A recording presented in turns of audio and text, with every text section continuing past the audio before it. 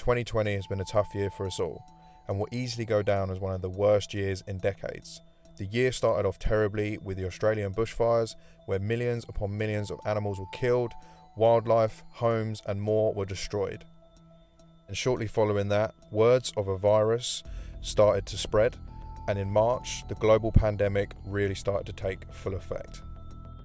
Good evening. The coronavirus is the biggest threat this country has faced for decades, and this country is not alone. From this evening, I must give the British people a very simple instruction. You must stay at home. Following the panic of the coronavirus, just when you thought things couldn't get worse, we saw the viral video of an innocent black man being murdered by the police, and following that, riots were ensured all around the world, police getting attacked, shops getting destroyed, and innocent people getting caught in the crossfire. These are just some of the events and the chaoticness that has happened this year, so I decided that I want to share some light and insight into some of the big lessons that this year has taught me.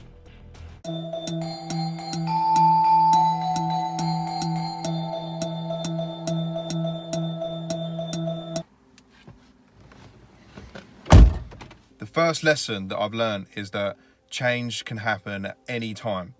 It's so easy to think that when we go about our routines, going to work, that we're safe, and when we go to supermarkets and we get whatever we want, we can travel pretty much wherever we want in the world. What happens when that gets taken away? When the first lockdown hit, I got furloughed on 80%, and I thought that was amazing considering I wasn't doing anything. Literally, I wasn't doing anything. And then it went down to 60%, and I thought, what if they didn't even pay us at all?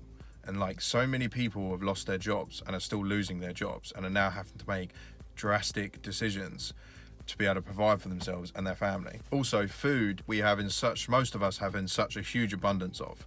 You know, you can get any food you want more or less. But when all this first happened, you quickly saw that food was starting to actually run out despite all these major big supermarkets and stuff that we have. And you quickly saw how selfish people were to only think about themselves and stock up on things. The atmosphere in the supermarkets was really tense as well. I remember even seeing videos online of people physically fighting in the supermarkets over food. And whenever I was going to a supermarket, everyone just felt so on edge. And I remember walking down my local Lidl where I always shop, and I couldn't get any eggs, I couldn't get any toilet roll, I couldn't get any fresh chicken. It was literally just more or less canned food left, and food that I generally probably wouldn't eat, and most people wouldn't either. So it's crazy to think that all those items that I used to be able to stock my kitchen up with every single day if I wanted to, I now couldn't even get a packet of. And it just goes to show that just because we've got such a huge abundance of something doesn't necessarily mean it's going to be there forever. And a lot of us wouldn't even know how to grow food or even acquire it without this huge abundance that we have.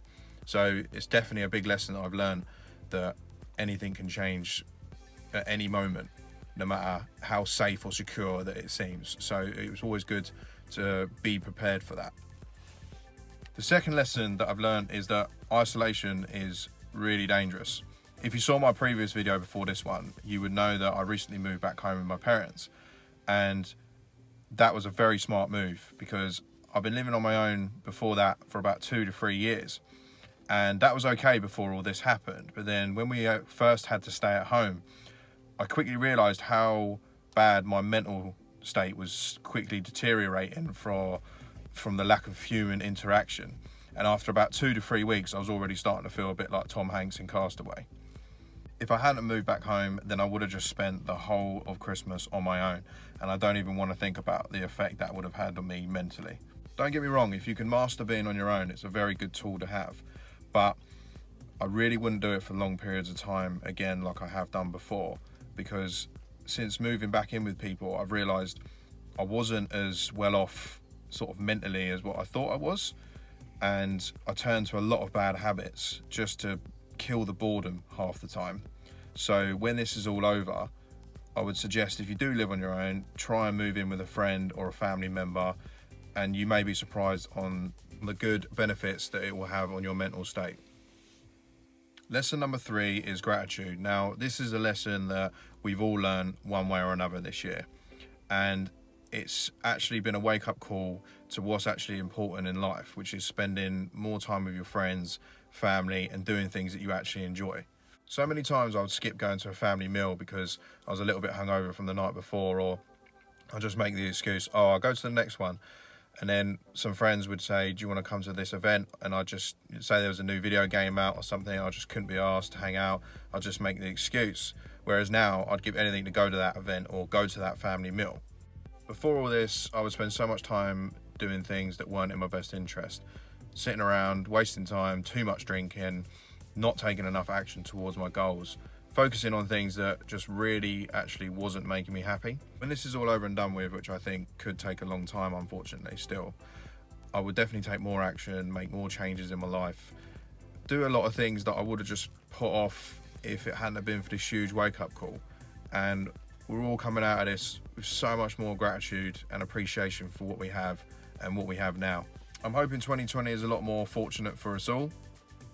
I think the vaccine being distributed all around the world, that's definitely something to be hopeful about. I hope that I'm out of tier 4 soon, because I can't go to the gym, can't see any friends, can't see any family, other than go for a walk in the woods when it's freezing in December. It's not ideal. So I'm just looking forward to coming out of that. Hopefully that will be soon. So anyway, I hope you've enjoyed the video. Give it a like, subscribe to the channel, and I wish you a happy new year.